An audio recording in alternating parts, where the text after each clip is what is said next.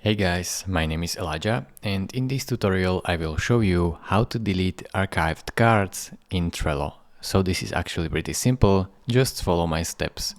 The first step is to navigate to your board and click on this three dots icon right here.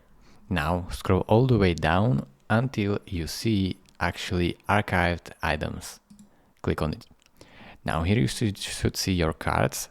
If you don't, you can click this button and switch to cards.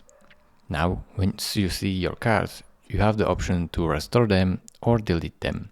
In this tutorial, I will show you how to delete them, so click on delete and confirm with delete.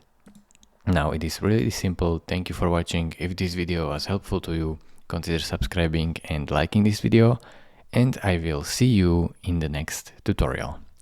Bye bye.